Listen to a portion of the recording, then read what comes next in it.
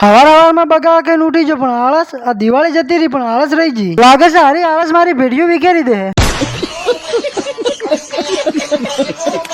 મને મારા ભાઈ મફતના રોટલા તોડવાની આદત છે ને હારે તો હવારમાં ઉઠીને જ મારા અહીંયા મફતના રોટલા તોડવા આવી ગયો છે હું ખાઉં ના ખાઉં પણ સરપંચ સાહેબે કીધેલું છે કે ઢોરા બદલે તો તારે સારું પાડવા આપવું જ પડશે એટલે નીકળી પડ્યા ઢોરને સારું પાડવા બદલે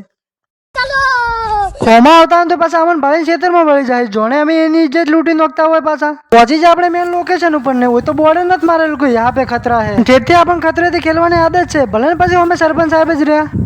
जलवा है हमारा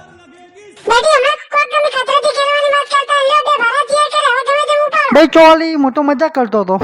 હવે સરપંચ સાહેબ અમે તો મજાક કરવી બરોબર નથી મજાક કરી અમે તો ઉપડાયો છો બારો હવે ડંપાસ ના માર્યો તો સારું તું ભારત નો ઉપાડો પડો જ કે साला ये दुख का खत्म नहीं होता बे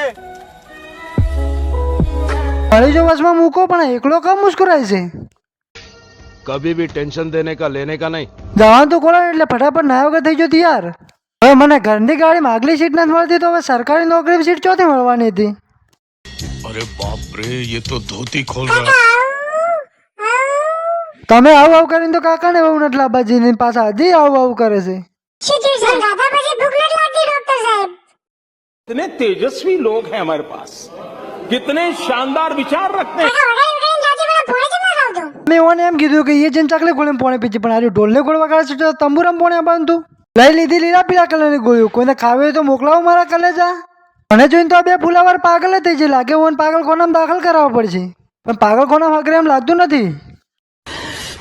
साले को बम से उड़ा दूंगा एक बार हाथ में आ जाए तो ઘરે આવીને તરત સરપંચ સાહેબ અમે થોડી થોડી એક્ટિંગ કરી નો છી माँ मैं आ गया माँ हाँ मेरा बेटा हाँ, आ गया मेरा बेटा आजा आजा बेटे सुनो तो माँ मैं आ गया माँ ફટાફટ અड्डा હું ઓટો મારીને આવું એટલે કે તમે લાઈક ફોલો કરી નાખજો